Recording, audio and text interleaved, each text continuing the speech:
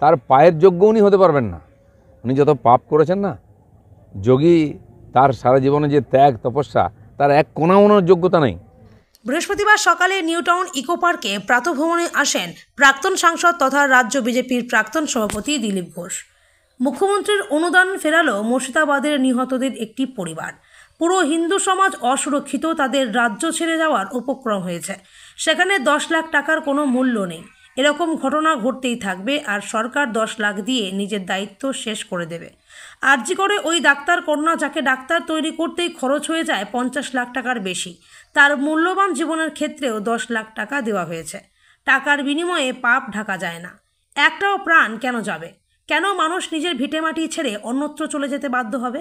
সরকারের এটা নিয়ে কোনো চিন্তা নেই। কাল কাদের নিয়ে সম্প্রীতির বার্তা দেওয়া হলো? যারা সমস্যা তৈরি করলো, যারা জিহাদি আন্দোলন করলো, তাদের নিয়ে কেন কাল ওখানে নিন্দা প্রস্তাব আনা হলো না? উনি নিন্দা করেননি, বরং এর পেছনে যারা আছে তাদের প্রশংসা করেছেন। এই ভাই তুমি বুম দিয়ে মারামারি রেডি। যেটা বলছিলাম সেটা হচ্ছে যে অমিত শাহ তাকে বারবার মমতা চাইছেন তার ক্ষমতাটা খর্ব হয়ে গেল। না, অমিত শাহর ক্ষমতা সেটা তো সাধারণ মানুষ দিয়েছে অমিত শাহকে। মমতা ব্যানার্জি বলার কে আছে? উনি খুব বেশি হলে 2টা একটা এমপি সিট কম বেশি করতে পারেন, তার বেশি কিছু না। ওনার ক্ষমতা আমরা জেনে গেছি। দুষ্কৃতকারীরা, জেহাদিরা দাপিয়ে বেড়াচ্ছে, হাইওয়ে জাম করে, রেলওয়ে জাম করে, একটা লাঠি চালাতে পারেন না। তো উনি অমিত শাহর দিকে আঙুল তুলছেন। যে লোকটা কাশ্মীর থেকে কন্যাকুমারী আর গুজরাট থেকে গুয়াহাটি পর্যন্ত ঠান্ডা করে দিয়েছে, সেই জন্য নিজের দিকে তাকান। প্রাইম মিনিস্টার কী করছেন, হোম মিনিস্টার কী করছেন, তার জন্য সারা দেশের মানুষ দেখার জন্য আছে। আর আপনাকে এখানকার বাংলার মানুষরা দেখছে কীভাবে আমরা ঘরহারা হয়ে যাচ্ছি। যোগী সব থেকে বড় ভোগী। এই যে মিথ্যা কথা, অপশব্দ আর এই ধরনের কথা বলার যে ওনার অভ্যাস, এটা ওনার সর্বনাশের কারণ হবে। উনি অমৃত কুম্ভকে মৃত্যু কুম্ভ বলেছিলেন। উনি হিন্দু ধর্মকে গন্ধা ধর্ম বলেছেন। আপনারা কি ভাবছেন এগুলো সব ভুলে যাবে লোকে?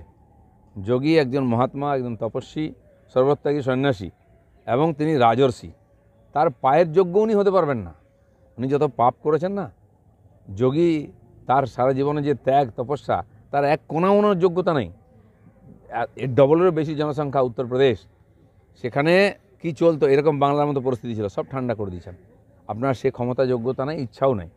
তো ভগবান আপনাকে সুমতি দিক, আপনার কথাবার্তা ঠিক হোক। সিট গঠন হয়েছে। মুর্শিদাবাদে পুলিশের ব্যর্থতা প্রকাশ হলো, অপরদিকে দেখা যাচ্ছে সমাজ মাধ্যমে অভিষেক বন্দ্যোপাধ্যায় ডায়মন্ড হারবারের পুলিশের ভূয়সী প্রশংসা করেছেন তাদের কাজে। উনি তো এই জন্য প্রশংসা করেন যে পুলিশ কিছু করে না। এখানে গুলি চালায়নি বলে প্রশংসা করেছিলেন আমাদের নবান্ন অভিযানে। আর ওখানে দুষ্কৃতকারীরা লুটপাট করেছে, খুন করেছে, আগুন লাগিয়েছে, পুলিশ কিছু করেনি, তার জন্য প্রশংসা করেছেন। আর ডায়মন্ড হারবার পুলিশ তো হচ্ছে সন্ত্রাসবাদীদের চেয়েও খারাপ। ওখানে বিজেপি করলে তাকে মেরে বাড়িঘর পুড়িয়ে শেষ করে দেওয়া হয়েছে। 4 বছর ধরে আমাদের ছেলেরা এখনও বাড়ি ঢুকতে পারছে না। দোকানপাট লুট করা হয়েছে, নাহলে তালা মেরে দিয়েছে, এখন খোলার ক্ষমতা নেই কারো।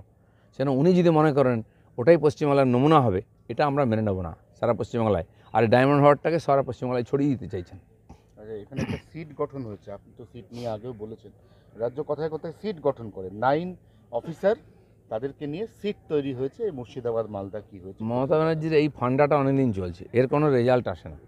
এটা বোকা মারাবার জন্য সিট গঠন করা, টাস্ক ফোর্স গঠন করা, এগুলো তাৎক্ষণিকভাবে সমস্যাকে চাপা দেওয়া। কারণ কদিন পরে আপনিও ভুলে যাবেন, আমিও ভুলে যাব। এটা কোনো সমাধান নয়, এটা নতুন আরেকটা সমস্যা। কারণ কি সরকার, পুলিশ ডিপার্টমেন্টের প্রতি মানুষের যে অবিশ্বাস, সেটা আরও দৃঢ় হচ্ছে।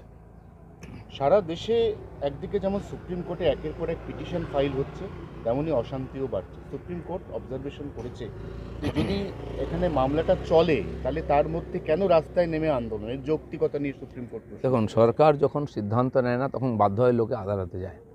পশ্চিমবাংলায় দেখুন সব ব্যাপারে কেস হয়। কারণ কি সরকার ডিসিশন নেয় না, আর নাহলে সাধারণ মানুষের গণতান্ত্রিক অধিকারকে দাবিয়ে দেয়। সে দুর্গাপূজা থেকে আরম্ভ করে, বিজেপির র্যালি থেকে আরম্ভ করে, নববর্ষের প্রোগ্রাম পর্যন্ত কোর্ট থেকে অনুমতি নিতে হচ্ছে। তো ওই সরকার হয় করতে দেবে না, নাহলে সামলাতে পারে না, তাই লোকে কোর্টে যাচ্ছে। এটা ঠিকই। যদি আপনারা আদালতে বিশ্বাস করেন, তাহলে আদালতের দ্বারে যান, সেখানে ন্যায় চান। তাহলে হিংসা করছেন, রাস্তায় নেমে আগুন জ্বালাচ্ছেন কেন, হত্যা করছেন কেন? এরা কোনো কিছুই মানে না। আর মমতা ব্যানার্জিও প্রকাশ্যে বলেন কোর্টকে মানি না। যারা জিহাদিরা করছে তারা বলছে আমরা সংবিধান মানি না। তো এদের কাছ থেকে কী আশা করতে পারি? এরা বলছে কোর্ট মানি না, আবার বাঁচার জন্য কোর্টে যাচ্ছে। সেই নেতারাই কোর্টে গেছেন যারা সংবিধানকে অস্বীকার করেছেন, সংসদকে অস্বীকার করেছেন। এই একটা হিন্দু